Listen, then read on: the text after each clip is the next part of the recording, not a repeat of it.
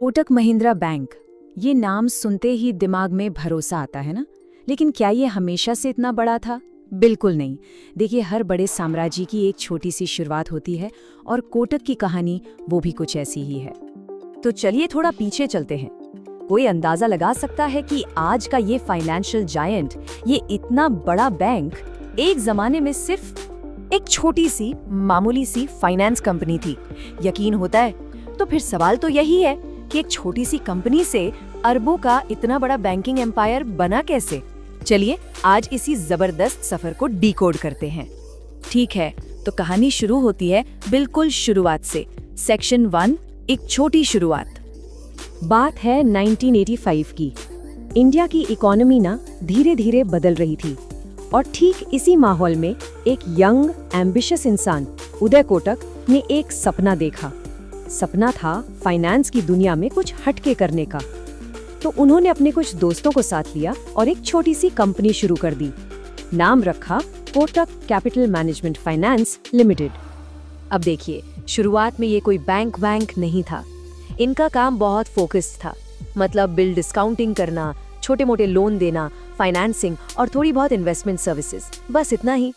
उस वक्त तो शायद किसी ने सपने में भी नहीं सोचा होगा कि ये छोटी सी दुकान एक दिन इंडिया के टॉप बैंकों में शामिल होगी। तो फिर ये आगे कैसे बढ़ा? यहीं पर आता है हमारा अगला हिस्सा, सेक्शन 2, एक मजबूत नींव का निर्माण। देखिए, इनकी कामयाबी का जो सीक्रेट था ना, वो उदय कोटक की एक बड़ी सिंपल लेकिन पावरफुल सोच में छिपा था। धीरे बढ़ो लेकिन मजबूत बनो। मतलब रेस जीतने की जल्दी नहीं थी, फोकस था स्टेबिलिटी पर और सबसे जरूरी कस्टमर का भरोसा जीतने पर। और बस इसी फिलॉसफी के साथ 1990s में कंपनी ने एक्सपैंड करना शुरू किया। पहले स्टॉक ब्रोकिंग में आए, फिर इन्वेस्टमेंट बैंकिंग में एंट्री ली और उसके बाद म्यूचुअल फंड्स भी लॉन्च कर दिए। मतलब जो एक छोटी सी फाइनेंस कंपनी थी, वो अब एक प्रॉपर फाइनेंशियल ग्रुप का रूप ले चुकी थी। और फिर आया कहानी में एक जबरदस्त ट्विस्ट, सबसे बड़ा मोड़, सेक्शन 3, बैंक बनने का वो बड़ा कदम। वो साल था 2003। ये साल कोटक की हिस्ट्री में कह सकते एक मील का पत्थर बन गया। इसी साल कोटक ग्रुप ने एक ऐसा कदम उठाया जो सब कुछ बदलने वाला था। कोटक महिंद्रा फाइनेंस, जो अब तक एक नॉन बैंकिंग फाइनेंस कंपनी यानी NBFC थी, वो अब बन गई कोटक महिंद्रा बैंक, एक फुल फ्लेज्ड कमर्शियल बैंक। ये कोई छोटा मोटा चेंज नहीं था, ये एक जबरदस्त ट्रांसफॉर्मेशन था। और ये कोई मामूली बात नहीं थी, बिल्कुल नहीं। इंडिया की हिस्ट्री में ऐसा पहली बार हो रहा था कि कोई NBFC एक बैंक में कन्वर्ट हो रही हो।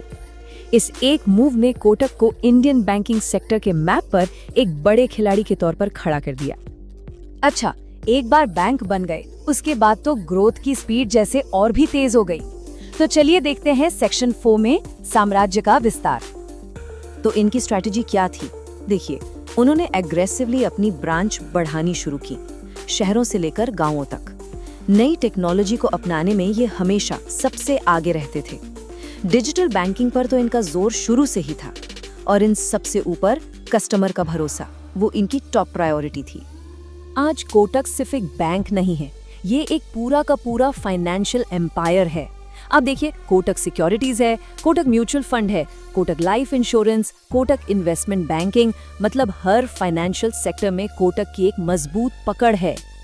आज हालत ये है कि एक कस्टमर की लगभग हर फाइनेंशियल जरूरत कोटक में पूरी हो सकती है। सेविंग्स अकाउंट और डिपॉजिट्स तो हैं ही, साथ में home loan, car loan, credit card, investment services, सब कुछ, लिटरली सब कुछ एक ही जगह पर मिल जाता है।